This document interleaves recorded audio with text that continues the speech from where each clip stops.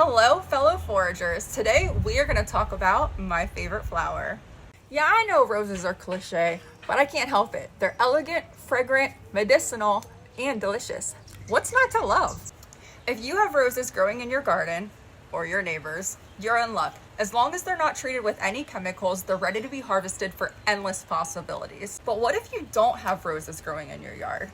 I'm here to tell you there's another way. And no, it's not store-bought, you silly goose. These are wild roses, also known as multifloral rose or the bane of a forager's existence. Although the flowers aren't quite as big or as pretty, they're still just as fragrant and have the same properties as commercially grown roses. They're available in most states, and guess what?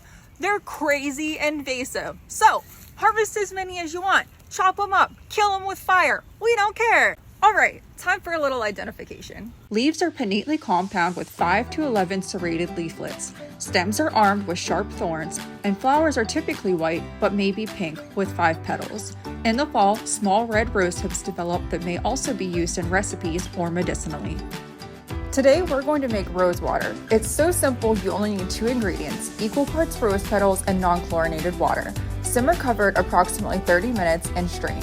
Rose water is amazingly versatile. It can be used as a natural, gentle toner for skincare with antibacterial and anti-inflammatory properties, or use it in the kitchen to incorporate a unique floral twist in sweet or savory culinary concoctions.